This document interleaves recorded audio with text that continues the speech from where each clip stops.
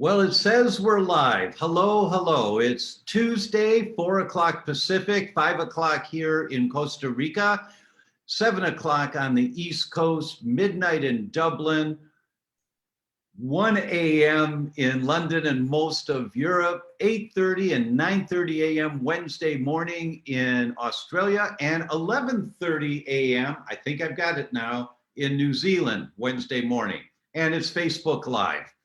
And hello, everyone. It's a real pleasure to be back with you. And this first of the month Facebook Live is my favorite every month because I get to hang out with Michelle Ross, our Director of Clinical Services. Hi, Michelle. Hi, Dr. Tom. So happy to be here and love this. Love the topic. Love nerding out with you. So this is great. Yes, it's great. And I'm going to be scrolling through here trying to find us and say hello to everybody. But until I can do that, Michelle, let's start with a first question that we've got. Okay. So in your books, I have them right here. And when I do consults, I hear every single day, I read Dr. Tom's You Can Fix Your Brain book, or I read Dr. Tom's Autoimmune Fix. And I love that because then I know they always have like the background, right? And many of them say, Dr. Tom talks about this predictive antibody test. So that's the test I want to do. So tell me about that test. So I think we should talk about that because I think people are a little confused on, they understand, but I think we should talk more about that, what predictive antibodies are, and then what test is best to do. That's great. I mean, the concept of the test just excited me so much when it first came out because people are trained from birth to believe how they feel determines their health. And that is the furthest thing from the truth about determining your health. Because all of our chronic inflammatory diseases, do you know, of the top 10 causes of death, causes of morbidity, that means getting sick, and mortality, meaning dying, the top 10, 8 of the top 10 are chronic inflammatory diseases. The only ones that are not are unintentional accidents and suicide. But everything else is a chronic inflammatory disease. By definition, what that means is this has been going on for a long time before you ever feel anything. So by the time you feel the problem, it's way down the line already. You've killed off so much tissue that the tissue can't function normally anymore. And now you start getting some symptoms. And for most people, they're mild symptoms at first. You know, you get a little winded walking up the stairs once in a while and whatever, and you don't pay any attention to it. And then within a few months or within a couple of years, you just don't walk the stairs anymore at work. You know, you always take the elevator because you just breathe it, huffing and puffing too much. But you're healthy, you feel good, you're healthy. And then all of a sudden you're 38 years old and you have a heart attack.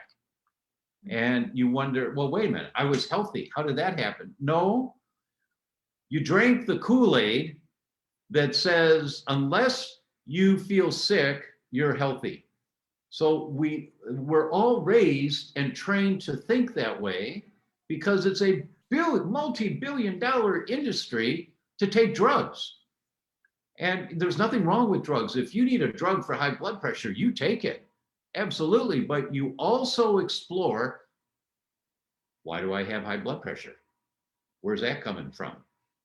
Not just let's put a lid on the pressure cooker by taking the medication, right?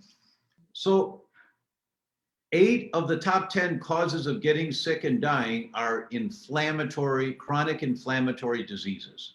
That's the first thing. So, okay, how can I tell if I have a chronic inflammatory disease or not, or a chronic inflammatory condition that has not yet gotten to a disease?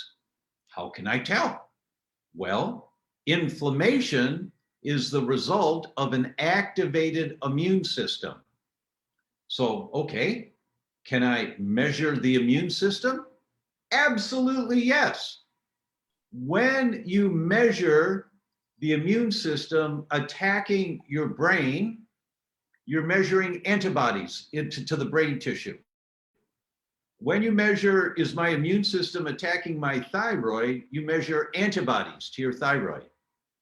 Is my immune system attacking my skin, because I got this little patch of something here, you're measuring antibodies to your skin, which is what psoriasis is, right? So it goes on and on and on. So it was Professor Louis Notkins who wrote an article in Science magazine in 2001. And he talked about one day, he's a immunologist from UCLA, very famous immunologist, considered a godfather at the time of immunology.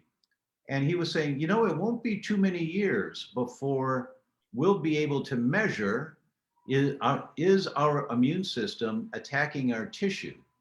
That the science of laboratory medicine will continue to improve, so these tests will be available and not ridiculously expensive, and so that we can measure, is this happening or not? So when you're looking for antibodies, now you're looking for elevated antibodies because we all have antibodies to our thyroid. You do a blood test looking for thyroid antibodies, and it's going to come back, it's going to give you a number, whatever it is, but then it's going to say the reference range, and the reference range is 0 to 42. Most labs, 42. Well, why would we ever have any antibodies to our own tissue? It's because, Mrs. Patient, you have an entire new body every 7 years. Every cell in your body regenerates, every single cell, some really quick, some slower, but every cell regenerates. How does that happen? Well, you have to get rid of the old and damaged cells to make room for the new cells. And that's what the antibodies do.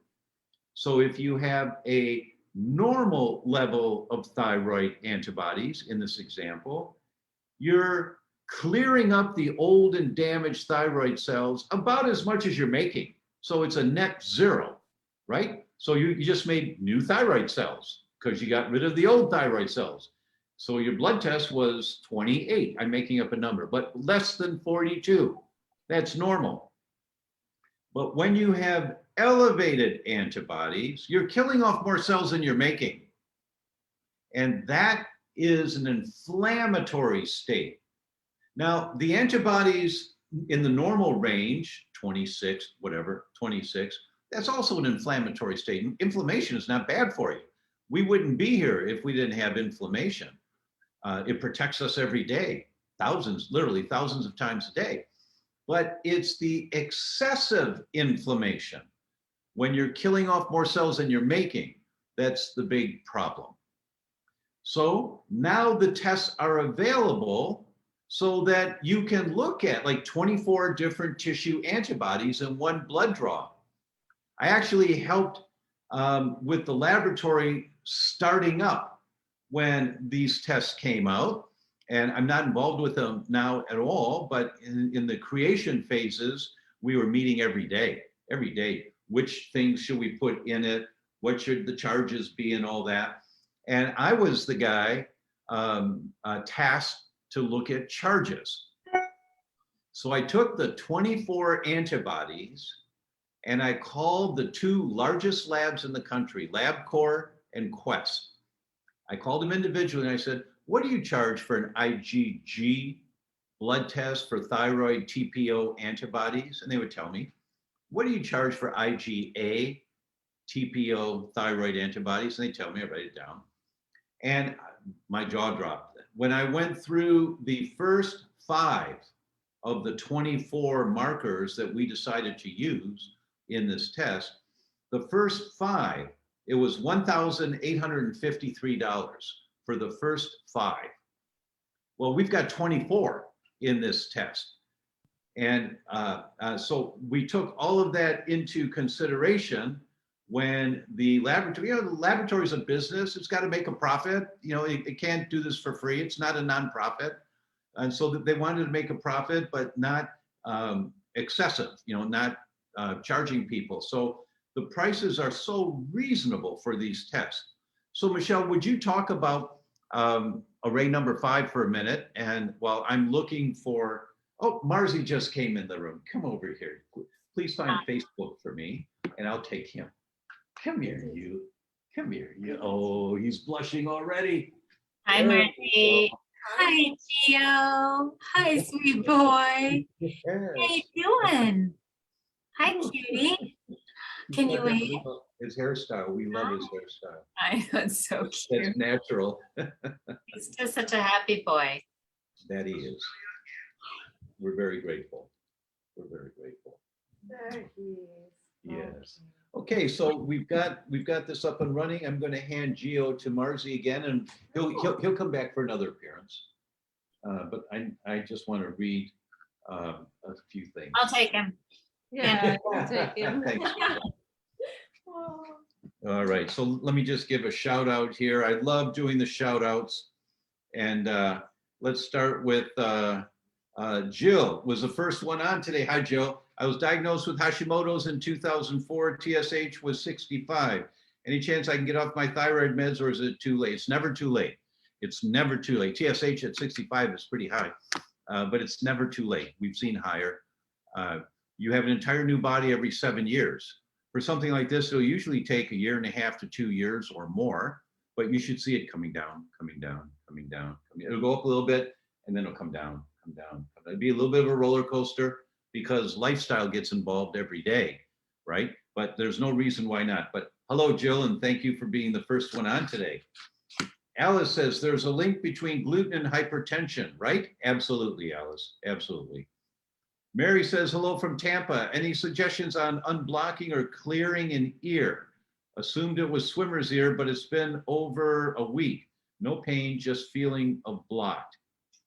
Michelle, do you want to talk about the candles? Yeah, ear candling can be an option. I mean, sometimes this is when conventional medicine shines. I've gone in before and just had them wash out my ear, and it's like, Exactly. whoa, I can hear so well. But the ear candling is something that you can do at home. I wouldn't ever do it on my own. I would always make sure I had somebody. You don't want to light your head on fire, but it's very safe if you have somebody else to do it. And I have definitely used biocidin in the ear for swimmer's ear. Yes, I have also, right. And Michelle's absolutely right. It's really common to have earwax that's accumulated, and it just adds a little, adds a little, adds a little, and then one day it closes. It gets to the point now you feel dulled in terms of your hearing. Very common. JC's here from Pennsylvania. Karen's here from Pawleys Island, South Carolina. Kelly's here from Indiana. Sophie, it says, is there a natural way to get rid of my tophus in my knee muscles because of synovial inflammation? I try to work on my gut with diet and fasting. Thank you so much. Yeah, absolutely. Getting rid of synovial inflammation, it's a multi-step process. There's likely a mechanical imbalance of some type. So seeing someone who is mechanical oriented, like a chiropractor, a osteopath, can be an important component of this, but one who specializes in the extremities. Really important to include a musculoskeletal evaluation of your knee function and your gait. Sometimes flat feet is the trigger. And if you've just lost your arch a little bit and you can't feel the problem in your feet, but it can put pressure on the joints and the synovial fluid keeps building up because the joint is not aligned when it's flexing. When you're walking, it's angled a little bit and you're flexing, and so you get swelling in there. A musculoskeletal evaluation is important. Jenilyn Rodriguez Casiano is here from the Philippines. Hello, Jenilyn. Thank you so very much for being here. Tell us what time it is there. I think it's Wednesday there. What time is it? Sharon asks, what are some depression treatments other than antidepressants and counseling? Can 5-HTP or other supplements help? I'll let you start with that one, Michelle. Number one, move your fabulous body. Get outside in the sunshine. It's great, like early in the morning, to get that daylight exposure. I've had people come back to me and say, my doctor says I'm not supposed to stare at the sun. And I'm like, I don't know if I actually said that, but just daylight. It doesn't even have to be sunny. Just daylight. Go outside, get light in your eyes, and move your body is probably the number one thing. And then I would work on getting to the root cause. Like I would do a neural zoomer plus, I would do a wheat zoomer, I would do a functional blood chemistry to find out where the imbalances are and just start chipping away to figure out why you're manifesting in this, depression. And there's a lot of that in the last year and a half. Massive epidemic of depression and overwhelm and fear going on right now. Absolutely. Michelle's absolutely right. First thing on the list, get outside. There's something called forest bathing. If you have a forest near you, or if it's easy enough to get to an area with a bunch of trees. Michelle, do you want to talk about forest bathing? I have never heard that term before. It's brand new to me. Okay. Okay. So teach me. Yeah, no, it's actually this Scientologists from Loma Linda talked about this at the beginning of the epidemic last year and how important it is.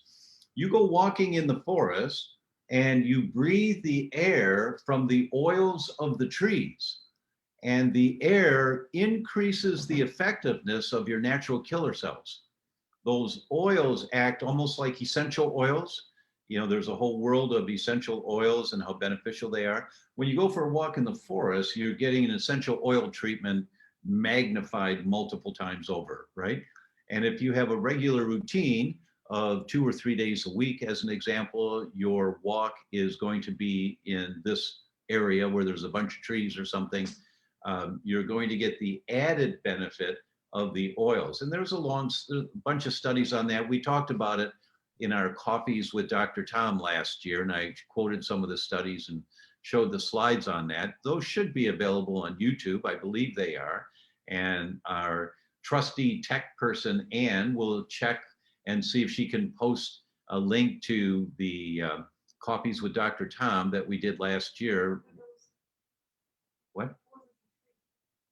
Oh, Marcy's not sure if they're available, but Ann will check and see. Okay. Also, Michelle talked about the Neural Zoomer Plus. Absolutely critically important, because depression often has a emotional or spiritual component to it, things that have happened to us in our life, sometimes very valid things that might need to be addressed, but it's a brain dysfunction problem. And if it's a brain dysfunction problem, you need to check the brain. It's not just in your head and your emotions and that you're a weak person or something. And so many with depression have been told that, or that's the stigma that they get. Professor Michael Mays, M-A-E-S, Mays, since 2007, I think, was the first papers I read from him. He's a psychiatrist in Thailand and in the US. He married his wife is Thai, and so they've got 2 offices. They go back and forth. But he started publishing very sophisticated studies on people with severe depression, mild, moderate, and major depression, and measured their inflammatory markers, put them on what he called, and he was the first one to publish what he called the leaky gut diet, and that's the term he used. Put them on a gluten-free, dairy-free, sugar-free diet, and then measured as their inflammatory markers went down and how their depression got better. That it's an inflammatory condition. So Professor Michael Mays, you can just type in his name and find some of his studies to read some of that.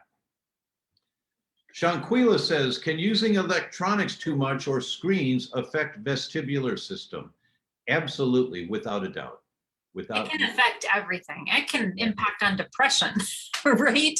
It's really damaging to our bodies, the amount of time everyone's spending on screens right now. Yeah. Steph says, hello. He is getting so big with hearts and little kisses. Thank you, Steph. That he is. That he is. Alice says, I got off desiccated thyroid hormone drug after about 6 years. Took about a year, but I never needed to go back. Way to go, Alice. I'm assuming you also changed your lifestyle to reduce the inflammation and some of the triggers that may have been causing your thyroid imbalance. Shanquila says, hi, Doc. What exactly is anemia of chronic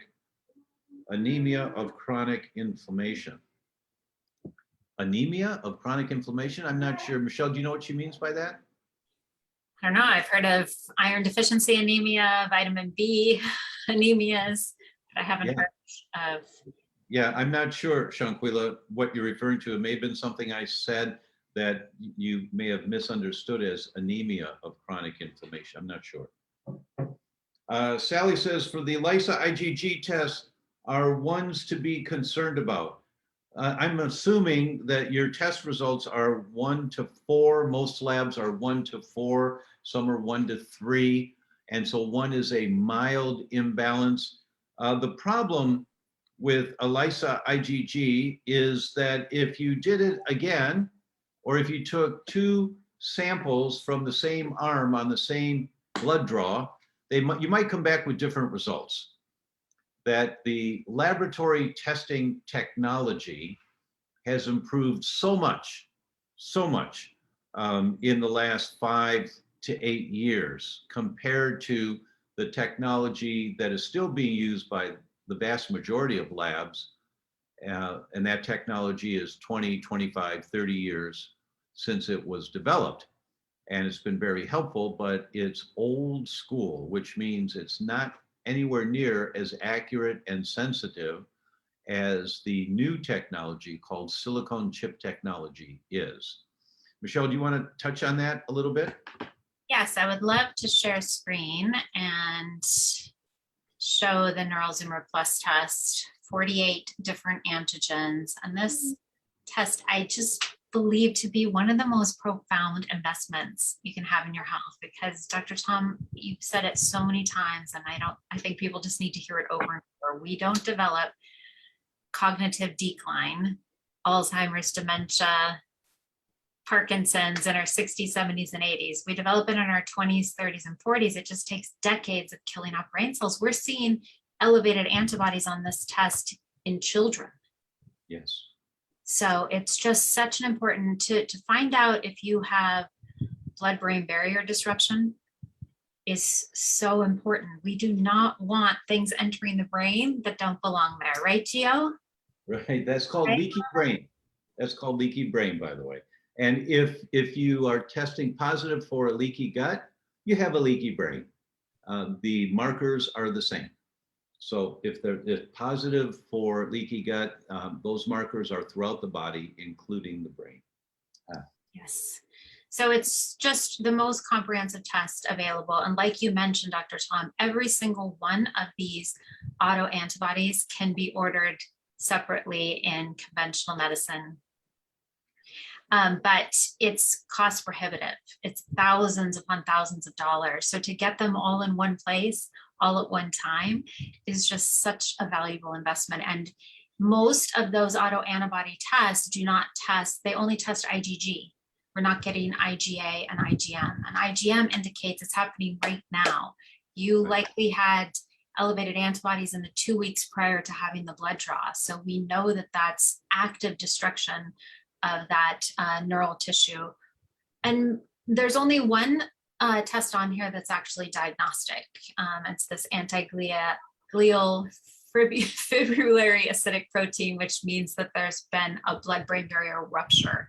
And that's diagnostic in conventional medicine for actually a rupture of the blood-brain barrier. The rest of these are directional. And they let us know if you're headed in a direction you don't want to go. They also guide us directionally in how to help you reverse these, or they guide you in that process. So awesome test. We can guarantee you that if you do the NeuralZoomer Plus for the first time, it's going to come back positive. We've not had a negative come back yet. And this is the test with the new technology that's 97 to 100% accurate every single time. But everyone has brain inflammation because of this world that we're living in. Now, you better not have positive tests on the follow-up after you followed our protocols for 6 months or a year or 2 years, whatever it takes to calm everything down. It better be better. It might not be all perfect yet, just depends on the individual and how bad off it was, but it better be better. I've never said that one before, but that's accurate.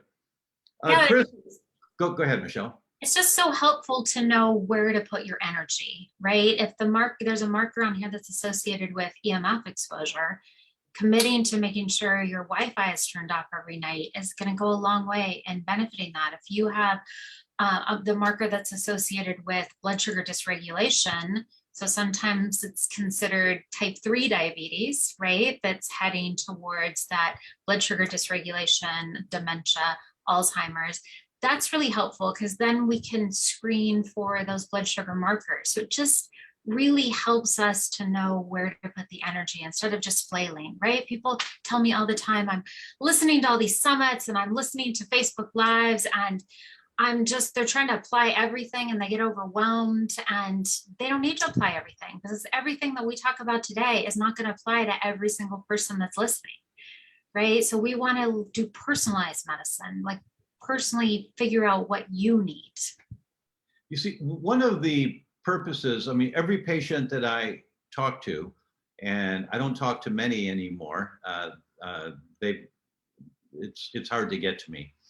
But if they do, every single patient, we always do the Wheat Zoomer and Neural Zoomer Plus. Always. Why? Because that's going to tell us enough that, and when we explain it to the person, they, wow, I didn't know all that was going on right now. Then you begin investigating with us, where is all this coming from? And that's when you start to get the bang for the buck, is when you're investigating, where is this coming from? And the NeuroZoomer Plus is such a marvelous test.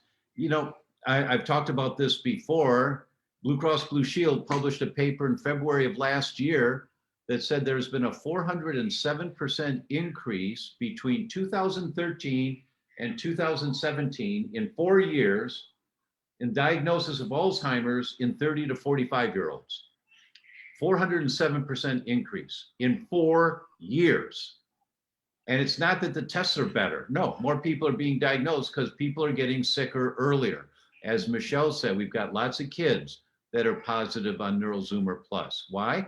Because every newborn child today has at least 280 chemicals in their bloodstream that aren't supposed to be there. And many of them are inflammatory and toxic to the brain. What? Yeah, because mom has accumulated all these toxins from the nail polish and living in a house with a little bit of mold and all of the other things that you learn about in our books. You learn of all these things. Wow, I didn't know that about Tupperware. Or wow, I didn't know that about clothing and about dry cleaning and what it does to my brain. Wow, I didn't know those chemicals accumulate. But mom's been accumulating all those. So baby at birth has over 280 chemicals that are not supposed to be there. That's why Alzheimer's is happening younger and younger and younger. Chris is here from Australia. She said, I have psoriatic arthritis, Hashimoto's, disaccharidase deficiencies. Is there a starting point or is there one approach? Starting point is what we just talked about, Chris, which is identifying where is it coming from. My book, The Autoimmune Fix, goes through this in detail. And Michelle, shameless plug. That's great. It's not even shameless. I'm just like, plug in, read that book. Yeah, thank you. I agree. So when you read that book, then you understand what the journey is in front of you. And, you know, it's not that, no, you have to take this, you have to eat this diet and take this, and no, that doesn't work. You know, that people will feel better for a little while, but will extend the quality of your life and the length of your life. There's no evidence of that. When you put a lid on a pressure cooker, whether it's pharmaceutical or nutraceutical, when you're dealing with the symptoms and calming down the symptoms, the pressure is still there and it's going to explode somewhere else, right? That's the way you have to look at this to investigate where is this coming from. Kelly says, Armor Thyroid, which contains T3, suppresses TSH. Is it Vibra? I don't know what Vibra is. Sorry. Okay. Liana says, this may be a bit off topic, but I'm interested in the colostrum in one of your recent emails. However, I've been told if you've had cancer, it's risky to take colostrum. Thoughts? I've never heard that. I've never heard that. And I don't know of a more powerful, natural, anti-inflammatory that rebuilds your microbiome than colostrum. Nothing is more efficient and effective. There's some poor quality colostrums out there, of course. The colostrum on our site is licensed by 3 countries in Africa as the treatment of choice for HIV. And the government pays for it as a first effort. That's how effective it is in rebuilding the healthy gut microbiota so that these people eat and they don't get emaciated from it, right? So I would suggest, I would not hesitate to use colostrum. Let's see, Kat's, hello, Kat. Kat says, I need more vitamin C. That's probably a dumb question, but just wondering. I don't understand what the question is. It's not dumb. Okay, I missed that one. Amanda's here from Sydney, Australia. Hello, Amanda. Thank you so much. It's really nice to know you're there. Thank you. Ken says, what causes thyroid nodules? Is there a natural treatment for thyroid nodules? Yeah, you have to identify where's the inflammation coming from that caused this. I'll just give you one example, Ken. There are many, but just Google thyroid and BPA. Baker Paul Adam, BPA. That's bisphenol A. That's a chemical used to mold plastics. And you'll see all the studies that show how BPA can bind onto hook onto your thyroid. And now you've got this foreign substance on your thyroid and your immune system trying to protect you goes after it to do something about it. And we all have BPA in our bodies now. We all do. And it's silly just to check for BPA. But checking for BPA antibodies is a pretty good idea. That means your immune system says you've crossed the line. You've crossed the line of tolerance. You've got too many. So that's just one example, Ken. There are many, many examples. My book, The Autoimmune Fix, does talk about thyroid, Hashimoto's, Graves, and nodules. So you can find more guidance there. Here's one from Melissa. She says, my son is 13 years old and was told he has mild scoliosis. What functional tests should be done to determine the cause, and what can be done to prevent further damage? Really good question. Really good question. You need a really good chiropractor that understands the biomechanics of chiropractic. There's an institute called the Motion Palpation Institute, and they used to have a referral service. I've just not checked in a number of years. They have a list of doctors who are certified in their work, who have taken many different courses with them, the Motion Palpation Institute. That is the education for all healthcare practitioners, but mostly chiropractors, of mechanics and how the body works. My good friend, Dr. Len Fay, is in Los Angeles. He's probably in his mid to late 70s now. He may be semi-retired, but he's written a book on it. I don't know the name of the book. I'm sorry. He gave me a copy years ago, and I just don't remember. But if you look him up, Len Fay, and that can give you some guidance also. But it's about mechanics. Sometimes a scoliosis is caused by one flat foot, meaning one foot, the arch is dropping down when you walk. And if you can just imagine, if the arch drops down, the knee flares out when you're walking because the ankle's rolling in. So the knee flares out. It's minor, you can't see it, but it's a minor amount. And when the knee flares out, the hip rotates and flares and cocks in.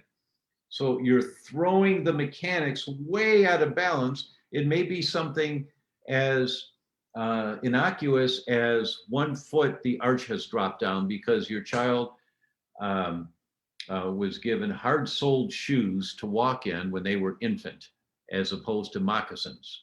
You know, you want to protect the feet, but you want them to be using their muscles when they're walking. We aren't supposed to walk on concrete. We're supposed to walk on dirt and grass. And so to compensate for concrete, we live our lives on concrete. Soft-soled shoes will allow you to, you've seen those funky shoes where each toe is, it looks like a sock, right? And people wear those sometimes. They're biomechanically a great idea. They look really stupid, but biomechanically they're a great idea. They may not be fashion forward, but if that works, who cares, right? I think Egoscue, EGOSCUE, also has a lot of good success with that. It's a program where they design a personalized program for each person. I have scoliosis, Dr. Tom, and I think my celiac disease played a role in that. And I could be off, but I just think it was part of the issue. Well, yeah. Kat says, Go ahead. when I have acid reflux, I'm not supposed to eat citrus. I'm assuming this goes for vitamin C powder.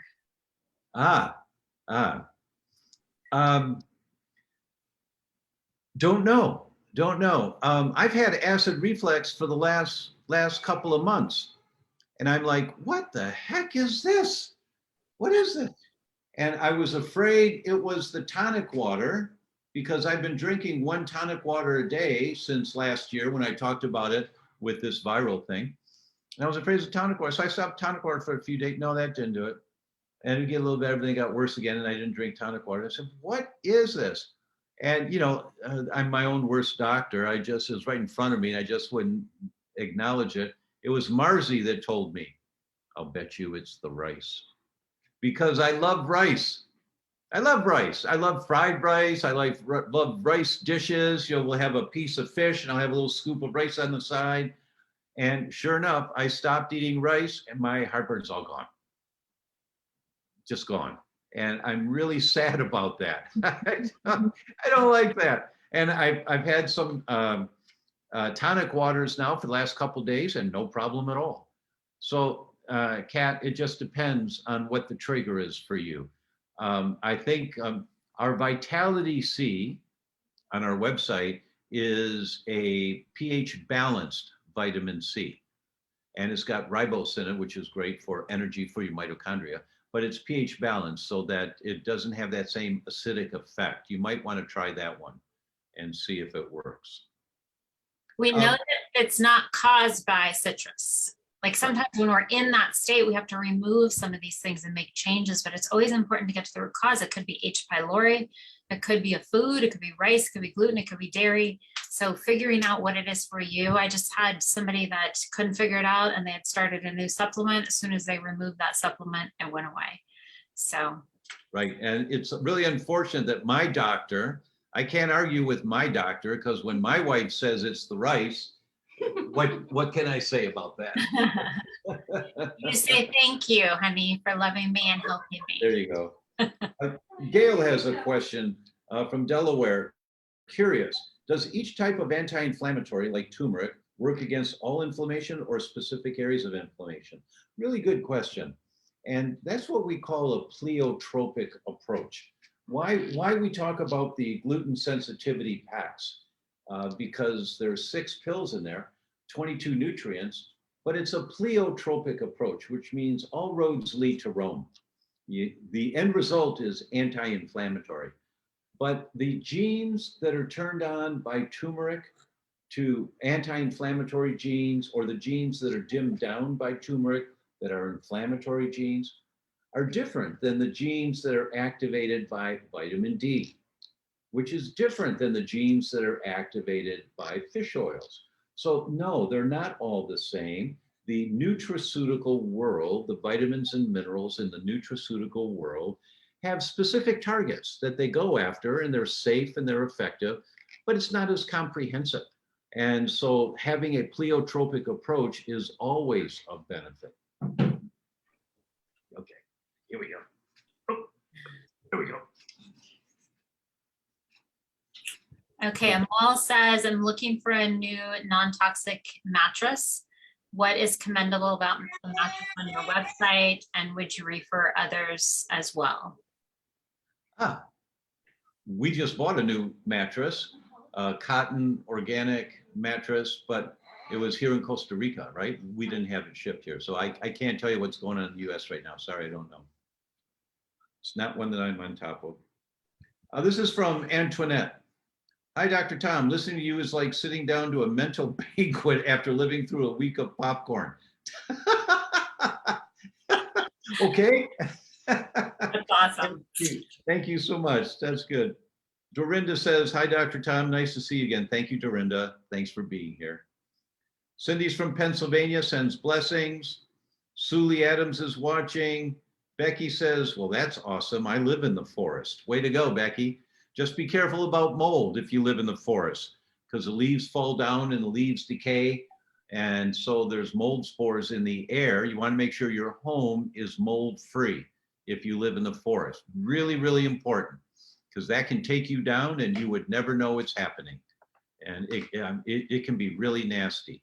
So it's worth the investment to have a professional mold inspector come out and do an analysis of your home environment. It's really worth it because it can be deadly. Leanna asked, how much is the test for 24 antibodies, and can it be done for Canadians? We can post the link to Cyrex Array 5, and it can be shipped to Canada. It's a little trickier to do it out of the US, not impossible, but before you ever purchase the test, you want to find a phlebotomy site. You need to get somebody that can draw the blood for you and spin it and process it properly, and then it's absolutely doable. But we have draw sites available here in the US that unfortunately are not worldwide. Okay.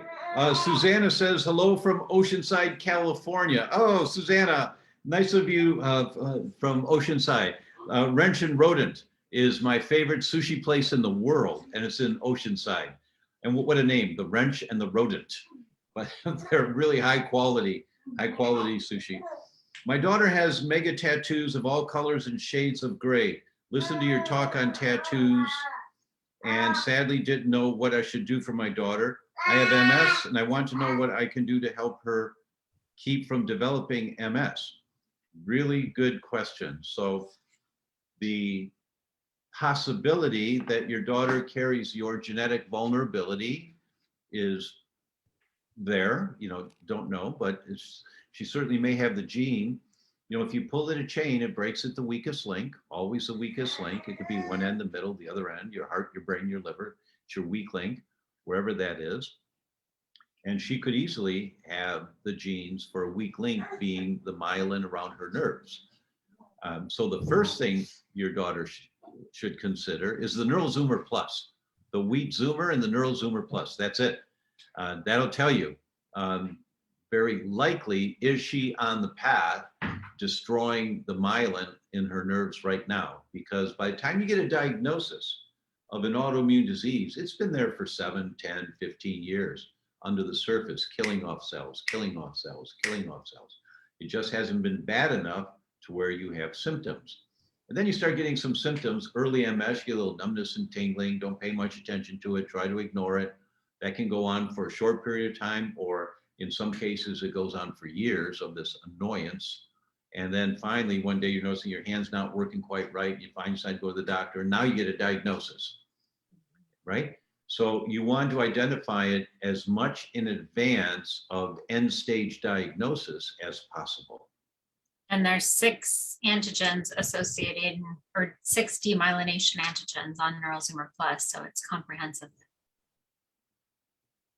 Oh, I did. Cheryl Jackson, thank you so much. Did I say Scientologist and Loma and Linda? She's absolutely right. It's Seventh-day Adventist. If I said Scientologist, that was a whoopsie. Thank you, Cheryl. You're absolutely right.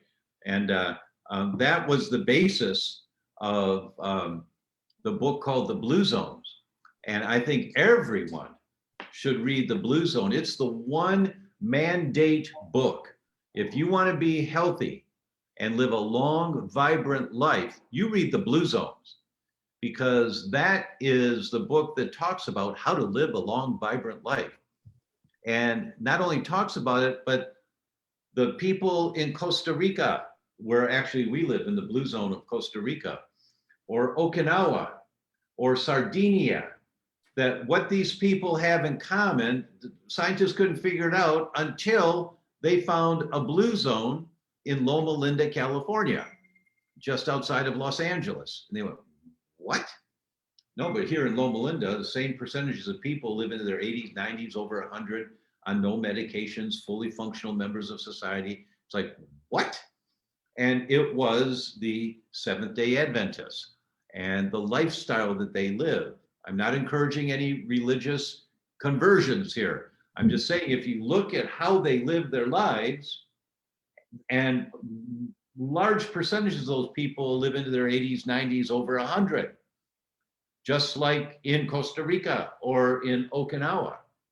And that's how they determine what are the 9 factors that are common to all these cultures. And so thank you so much, Cheryl, for correcting me on that. Here's a question from Buster. Do Sure. you have any advice or tips for a person who had radiation of an enlarged thymus gland as a baby? These treatments were commonplace in babies in the 50s. How does this treatment affect the person's health immunity now when they are adults, and what steps should be taken today, if any? Really good question. You look to see, how's my immune system right now? Is my immune system activated? Am I producing large amounts of antibodies to different tissue? Do I have autoimmune mechanisms going on? Am I just an inflamed guy? Well, I've always been inflamed. Well, okay, it doesn't mean it's normal. So look at markers of inflammation. And do you have any other diagnoses right now? Any other chronic inflammatory diseases going on? And then the treatment approach is exactly the same. Just like if you had Hashimoto's or MS or lupus, it's exactly the same. Where is the inflammation coming from? And that's what you address. It doesn't matter what the manifestation is of the chronic inflammatory state. What matters is, what's the gasoline on the fire, and how do I reduce the gasoline on the fire? Laura says, I love listening to your wonderful, informative talks. I always learn something new. Thanks. Will there be access to a replay? And what was the doctor's name to look up? So all of the Facebook Lives are stored on Facebook. So it's great. You can go and listen to them anytime that's convenient for you. Great. Yeah. And the doctor's name was Len Fay. Len Fay in Los Angeles, Dr. Len Fay. And I see we posted the link for Coffees with Dr. Tom. It's on YouTube. So they're posted there. Pamela says, hello, Dr. Tom. Pamela from Charlotte. Good to see you and learn from your extensively vast knowledge base again. Thank you. Thank you for your generosity, disseminating all this information, answering questions. Oh, thank you so much. That's really nice. Thank you. Laura says, I always love listening to your wonderful, informative talks. I always learn something new. Thanks. Will there be access to a, oh, you just did that. We're overlapping. The next one's great. Sharon asked, is gluten bad for everyone, even if you don't have celiac disease? That's a great question.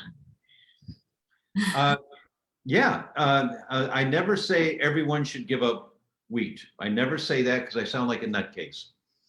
But if you have a health condition that you're not satisfied with the results of what you're doing so far, everyone should be tested accurately.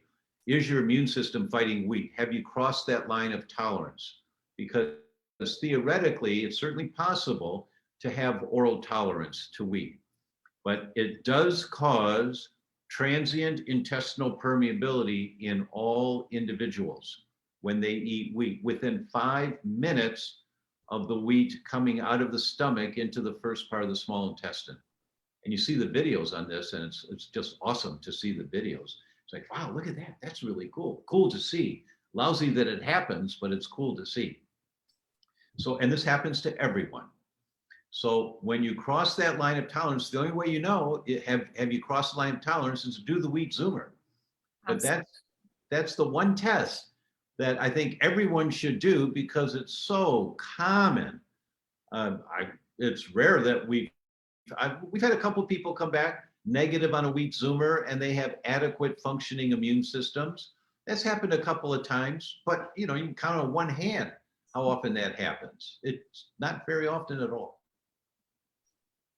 Yeah, and it doesn't rule out that it's never going to happen later in life. Right. So they could lose oral tolerance down the road.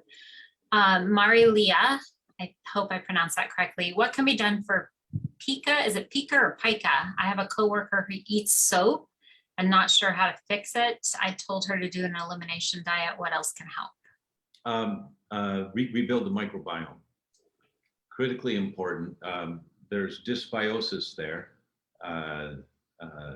And you have to identify how bad is the microbiome? Do I need antiparasitics? Do I need anti-yeast? So the test is Biome FX, or Michelle, what's another test that we have on our site looking at microbiome? Gut Zoomer is my favorite. Gut Zoomer. Gut Zoomer. Okay. And then nutrient deficiency. So Vibrant America has a great micronutrient test. I would do some basic labs, find out if there's iron deficiency, anemia. It's often associated with some kind of nutrient deficiency, but it can be associated with lead poisoning. I would do a neural zoomer plus to make sure that there's not anything going on neurologically that might be feeding this situation. Right. Cindy says, I walk often in the woods while searching for herbs and mushrooms. I always feel good in the woods due to sights, smells, sounds, and touch. Never fails to lift my spirit. Thank you for sharing that, Cindy. Hopefully others will be empowered to try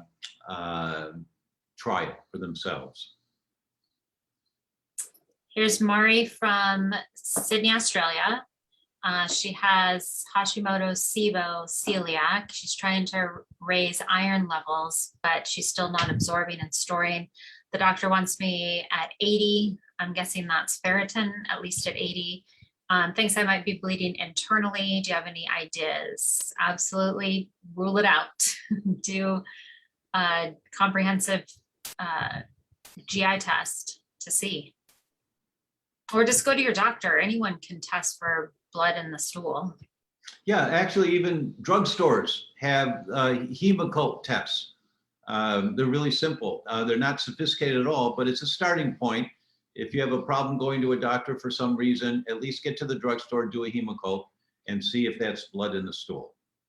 If it is, then you go to the doctor and you get more thorough exams. You get a colonoscopy, let them do their exams to figure out where's this coming from. Absolutely. Becky says, Dr. Tom, do you know of a private clinic in Canada that can do an ApoE test? My husband and I both were tested through healthcare and they gave me my results, but wouldn't do my husband's even after 2 tries. Okay, so they wouldn't do the test. Okay, let's see. Well, in Canada, Michelle, do you have an answer for that one? I don't know. You can add ApoE4 onto Neural Zoomer Plus, and so you could get it that way. You just have to first find a lab. There's some labs in Canada that will draw the blood for that test. But otherwise, I'm not as familiar with the medical system in Canada. My friend, Dr. Sachin Patel, Patel, is just outside of Toronto. I don't know where you are in Canada, but, and he has a consulting service online. So they may have some way of ordering tests for you. I don't know, but you might want to look. Sachin, Sachin Patel, Patel. You can also go to ifm.org and find a practitioner and put your zip code in and find someone in your area, call their office and see if they can order it for you. Good. Quincy says, hey, from Iowa, Dr. Tom, do you have plans to come back to the States at some point? What prompted your move to Costa Rica? And then I just lost your message here. Wondering if it's healthier there or if you moved for family fun. Oh, my wife doesn't want to live in the US. She's smart. like that. When we were dating, she's Polish and lived in Ireland for 10 years. When we were dating, I would talk about, I love reading the New York Times, and I would read it on Sundays, Sunday morning times, and sometimes during Tuesday for the health section. And I would talk about something I read, and she'd go, I said, what? It's just, she'd go, I said, what? She said, well, that's not what's happening. And I said, what? And so then she would send me the same topic from the Irish newspaper, and it was a different report. And so then I'd go to the English version of the French newspaper. It was like the Irish, different than what we were being told. And I found consistently that so many stories that I just assumed, well, it's in the news, or it's 6 o'clock news, or front page of the paper. You like the paper, it's like the book, it's like you're reading from the Bible or something, the book. I mean, I grew up believing in newspapers, and now I know that there's a whole nother world out there that the vast majority of us don't know anything about. And I'll give you one example. I'd heard there was a great fear that if in the elections in 2008, or 2012, when Trump won, if he did win, there was a great fear that there was going to be less restrictions on news broadcasts and more control by corporate owners. That before that election, no corporation, no international corporation could own more than, I forget the number, I'm sorry, I think it was 6, maybe 8 different news stations. After the election, within 2 weeks, an executive order allowed 32 stations. And as an example, one called Sinclair, within a year, they had 32 stations. So the news you get in Des Moines, Iowa, is the same as Flint, Michigan, is the same as Tampa, Florida, and it's all dictated from the corporate headquarters. And if the news broadcasters you're watching and you like them and they're doing their thing, they're reading a script that came from corporate headquarters. If they vary from the script to change a message, they're fired and they hire somebody else. And that's the world that we now live in. And I learned that about 4 or 5 years ago, that I couldn't trust the news that I was hearing anymore, because the rest of the world was giving a report about something that was consistent amongst all the countries, and the US was completely different. So the corporate influence on what we're told, and this is before this current viral thing, was being manipulated. And so I don't read the paper anymore. I look to other sources. And because of that kind of acceptance and blind, like sheep following the herd of what we have in the US, my wife didn't want to live in the US. She didn't want to raise a family here. And I understand that. I miss the US. I'm going back. I have a series of lectures coming up in a few weeks, get back on the road again. And but yeah, it's a little personal question, but I don't mind sharing the answer. That's my personal experience of what happened for us as I took the time to look into some of this. People don't take the time. They hear something, there was a study that came out not too long ago where they took 2 groups that had opposing views on capital punishment. One was for, one was against, and they were strong in their opinions. Then they had them read a study. And if the study was positive for capital punishment, the group that was for capital punishment thought it was a great, great study, very valid study. But the group against capital punishment found faults in the study. Then they had him read another study that was against capital punishment. And the people that were against capital punishment thought it was a great study. And those that were for capital punishment found faults in the study. And this is in medicine. These were groups of medical doctors. So that, because I was reading this study because I'm trying to get medical doctors to think a bigger picture about chronic inflammation.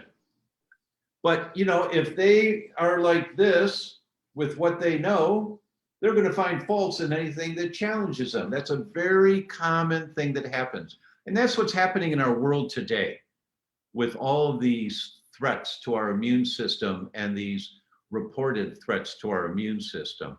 There are those that are like this and say absolutely, and there are those that are like this saying no way, not possible, right? That we look for science that validates what we already believe. And that's the danger of what's happening right now. Well, the real danger is the censorship. As long as we can have both sides that are able to share. I mean, we used to like have flat earthers, right? People saying the earth was flat, and we just said, okay, you think the earth is flat and we think the earth is round, and that was all okay. But now if we say that people can't say their belief or share their research and we censor that, then we've gotten rid of the Constitution, or that, you know, that Right. freedom of speech. And that's really terrifying for me, because that's the beauty of our world, is different thinking. Like, we're never all going to think the same, but we have to be able to be exposed to these different forms of thoughts. There's, I was just reading about this New York Times reporter. He's not with the Times anymore because of his position, but he went to Poland to visit family, I guess, or for some reason, and he's Jewish, and so he thought, I need to go see Auschwitz. It's part of my family history. I need to go see this place. And he went there and he was writing about it and the emotions that came up for him. And then he just sat there and he started thinking, the locals had to know what was going on. You see trainloads of people being taken out into the country, but none come back. And they killed over 1 million people in Auschwitz. He said the locals had to know. And they just buried their head. And this whole Holocaust thing occurred that was just horrendous. And there are people saying, you know, the same thing's happening now with the censorship that is occurring. We have to be able to, you know, freedom of speech is just a God-given right.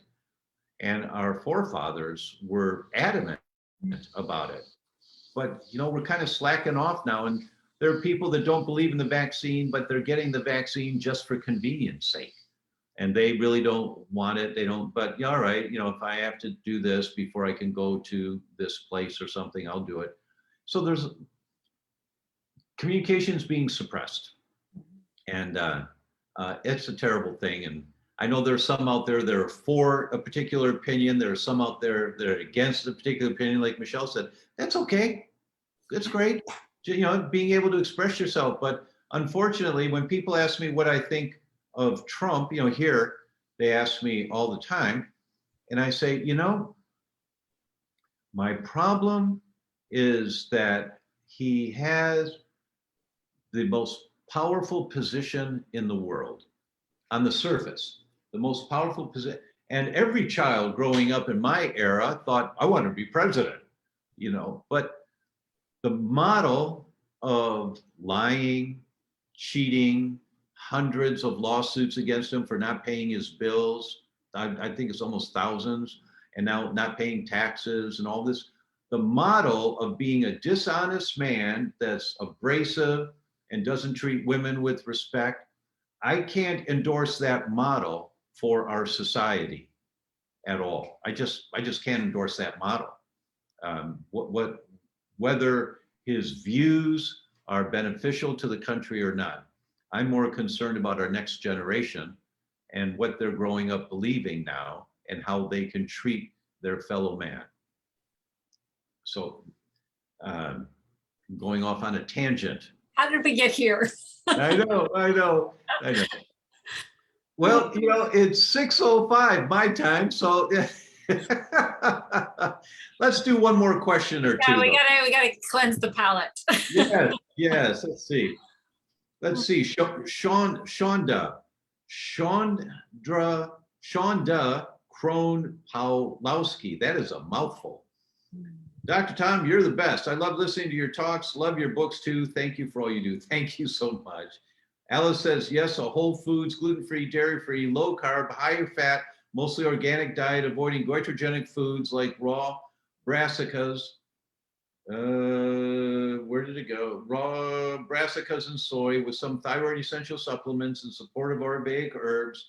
But the main thing I did after getting mercury fillings replaced, mercury is an awful thyroid toxin, was to avoid as much fluoride as possible by drinking and cooking with distilled water, quitting my tea and coffee habit, using coconut oil for tooth cleansing, and using baking soda in the bath to help block the skin absorption of fluoride from fluoridated water. Way to go. That's an example of, I'm not saying everybody has to do everything she did, but that's an example of the work you have to do to figure out, what does your body need? What does your body need to calm down the inflammation that's going on? And it's different for everyone. There are some very common things here that she's done that are wonderful. Thank you for sharing those. Joanne says, Dr. Tom and Michelle, thanks so much for all you share with us. I've learned so much from you. I'm fascinated to know our bodies regenerate every 7 years. I'm a 4-year breast cancer survivor. I think it was caused by DES, a drug my mom took while pregnant with me, yes, and chronic stress. My cancer markers are now low, thank God. Are those cancer cells being removed too? Thanks for your insight. Yeah, the concept is every cell in your body regenerates, Joanne. And we know it's not your genes that determine this, it's your epigenes. It's called epigenomic. Epigenomic means around the gene. So here's the gene that's going to determine, give the message for the cell to reproduce. But what's the message going to be? It's going to be the environment around the cell. If you have an anti-inflammatory environment around the cell, you produce a stronger, healthier cell. So if your cell is, I'm going to make up a number, 5.2 on a 1 to 10, meaning it's not working very well. When it reproduces, if you've got a healthier, less inflammatory environment, it reproduces as a 5.3, and then a 5.4, and then a 5.5.